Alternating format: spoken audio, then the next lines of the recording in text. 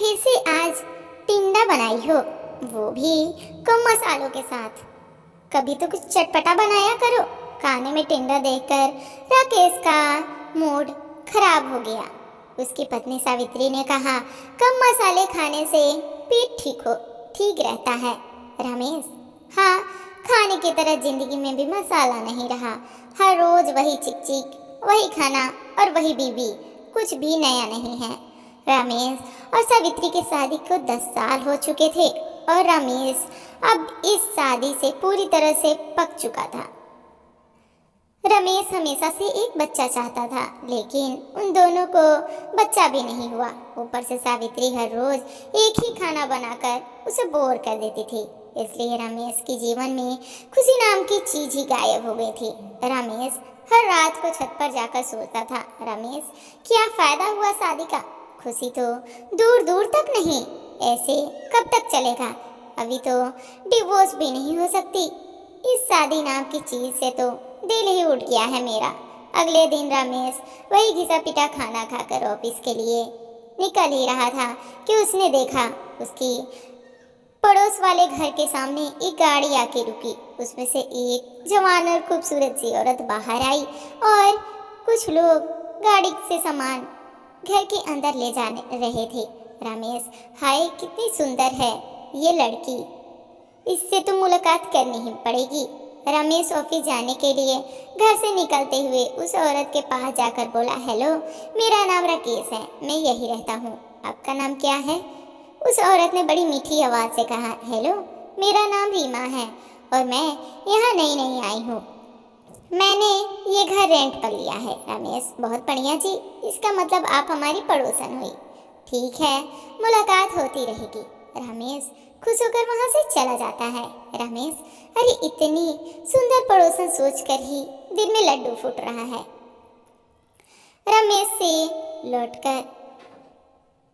Office से लौटकर रमेश ने घर पे खाना मांगा और सावित्री ने आज भी टिंडे पकाई थी। उसने वही दे दिया। सावित्री, ये लो, आज भिंडी बनाई है, खा लो। रमेश, कभी टिंडे तो कभी भिंडी, ये सब तुम्हारी तरह ही है, बिल्कुल टेस्टलेस। सावित्री, इससे ज़्यादा टेस्ट चाहिए तो एक और शादी करके ले आओ, मैं भी देखती हूँ कौन खिलाती है तुम्हें खाना बनाकर। रमेश, हाँ हाँ, वही करूँगा, तुम चिंता मत करना, खाना तो ठीक से बनता नहीं तुमसे, फिर बड़ी बड़ी बातें कहती रहती हो। सावित्री, अभी मैं पुरानी हो गई हूँ ना, इसलिए ऐसे बात बोल रही हो, पहले तो मुझे सर पर चढ़ा कर रखते थे। रमेश, हाँ, वही तो गलती हो गई मुझसे, जो तुम्हें सर पर चढ़ा कर रखता था। तुमसे शादी नहीं करनी चाहिए थी। झगड़ा करने के बाद रमेश छत पर चला गया। सावित्री रोते हुए अपने कमरे में सो गई। आसपास के सभी पड़ोसी अपने अपने घर में सो गए थे, लेकिन रमेश ने देखा कि पास वाले घर के कमरे में अभी भी लाइट जल रही है। रमेश, अरे ये रीमा जी अभी तक सोई नहीं, जरा देखो तो। रमेश ने अच्छे से देखने की कोशिश की और देखा रीमा जी छोटे कपड़े पहनकर योगा कर रही थी। रमेश, ये क्या देख लिया मैंने, ये तो जन्नत है, जन्नत। योगा करते हैं सीमा जी, इसलिए शरीर में चर्बी नहीं है, फिगर बढ़िया है, मेरी बीवी की तरह मोटी नहीं है। वाह रीमा जी वाह, मैं तो फैन हो गया आपका। रमेश 2 घंटे तक बस देखता रहा। अगले दिन सुबह रमेश रीमा के घर चला गया। रमेश, अरे रमेश जी, रीमा बोलती है, इतनी सुबह सुबह यहाँ कैसे? रमेश, मैंने देखा कल रात को आप योगा कर रही थी। रीमा, अच्छा, तो मुझ पर नजर रखी जा रही है। रमेश, अरे नहीं नहीं, ऐसी कोई बात नहीं है, वो आप हैं ही इतनी सुंदर। रीमा, इसलिए अब ज़्यादा झूठ मत बोलिए। रमेश, अरे नहीं जी, झूठ क्यों बोलूँगा, आप मुझे योगा सिखाएंगी, मुझे भी फिट होना है। रीमा, हाँ हाँ, क्यों नहीं, चलिए सिखाती हूँ। रीमा ने रमेश को योगा सिखाना शुरू कर दिया। रमेश योगा करने के बहाने रीमा का हाथ बार बार पकड़ने लगा। रीमा ने मना नहीं किया, उसे भी रमेश पसंद आने लगा था। रमेश ऑफिस जाने से पहले और ऑफिस से लौटने के बाद रीमा के पास योगा सीखने जाने लगा और दोनों में प्यार हो गया। एक दिन रमेश ने सच में रीमा से शादी कर ली और उसे घर लेकर चला गया। ये देखकर सावित्री को जैसे सदमा लगा। सावित्री ने ये क्या किया? आपने दूसरी शादी कर ली, वो भी इस डायन से? यह देखने से पहले मैं मर क्यों नहीं गई? रमेश, हाँ तो मर जाओ, किसने मना किया है? वैसे भी मुझे और तुम्हारी जरूरत नहीं है, भागो यहाँ से। रमेश ने सावित्री को घर से बाहर निकाल दिया। सावित्री बेचारी रोती हुई अपने मायके चली गई। वहाँ अपने भाई और भाभी से उसने सावित्री को जगह नहीं दी। भैया चल जा यहाँ से, अपने पति को खुश नहीं कर पाई तो यहाँ तेरे लिए कोई जगह नहीं है। सावित्री बेचारी क्या करती? पेट भरने के लिए वो रास्ते पर भीख मांगने लगी। इधर उधर रमेश अपनी नई बीवी को लेकर बहुत खुश था। इतना सुंदर बीवी तो हर कोई चाहता है। रीमा बहुत सुंदर थी, इसलिए पूरे मोहल्ले के आदमियों की नज़र रीमा पर ही थी। आदमी, अरे इस रमेश ने रीमा को पटाकर शादी कर ली, काश रीमा मुझसे पट जाती। दूसरी आदमी, अरे वो औरत रमेश को प्यार थोड़ी करती है, वो तो बस पैसों के लिए उसके साथ है। तू भी पैसा दिखा, तुझसे भी पट जाएगी।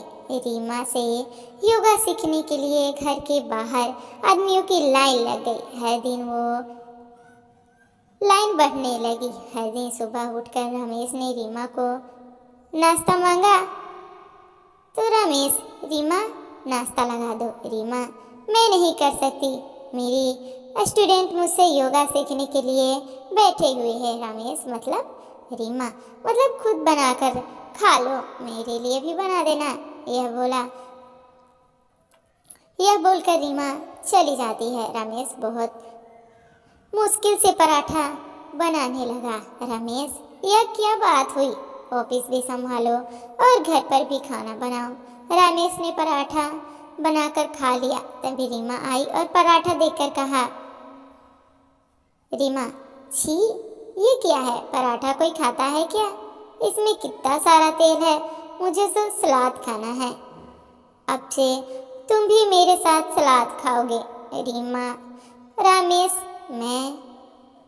लेकिन मैं क्यों? रीमा, सलाद खाने से बीमारियां नहीं होती। अब से मैं जो कहूँगी वो तुम सुनोगे। रमेश के पास और कोई चारा ही नहीं था। रीमा उसे हर रोज सलाद खिलाने लगी। कच्ची सब्जियों को एक साथ मिलाकर वो सलाद बनाती थी।